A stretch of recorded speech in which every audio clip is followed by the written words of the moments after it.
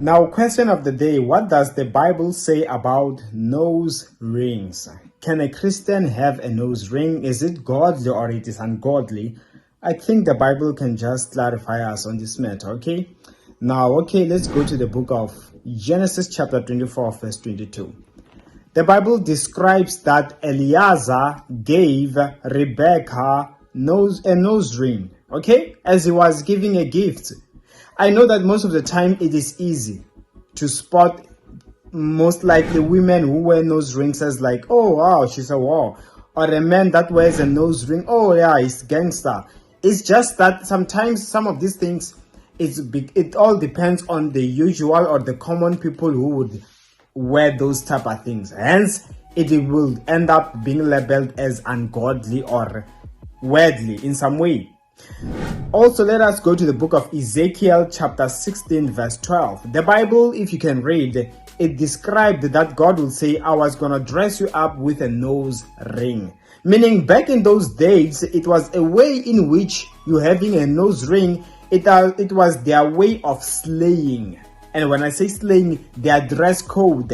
It's just like these days, we know that if you wear this type of clothes in this type of manner, it has its own name in which people praises.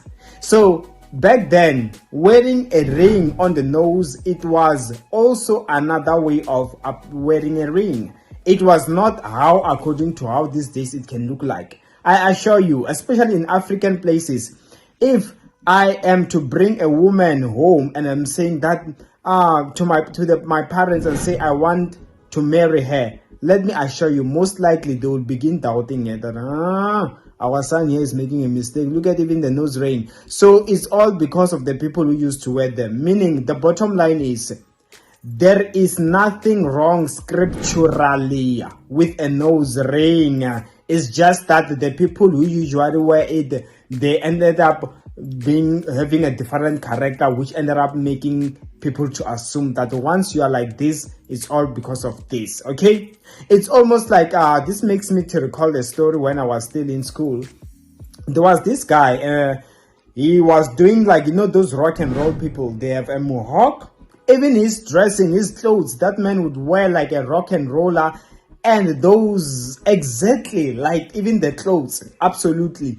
I remember seeing him, I was like, this one is not is not a Christian man or but that man ended up saying at one home cell we had, he was like, even I, don't look at me like this and think something else. I'm a man of God. That's what he said, But then deep down in me, I couldn't really believe that he is a real deep man of God, all because of how he was dressed up and how he has cut off his hair, But you might find that he's really a deep man of God. It's just that commonly there is a reason and there is something that influenced him to desire that type of hair cutting and that dress up, meaning he is more into rock and roll.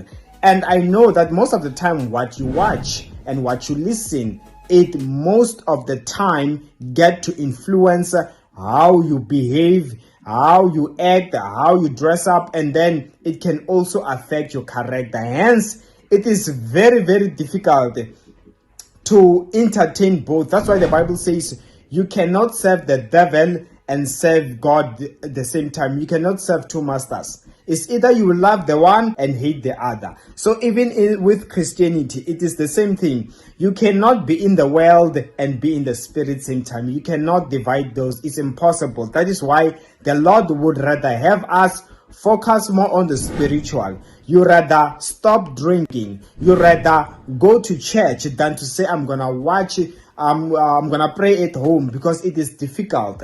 But there are things and there are practices that if you are to follow them, they're gonna put you in line. Okay, so nose rings are not devilish or whatsoever. There is nothing wrong with them. I hope this was helpful, and I will see you next time.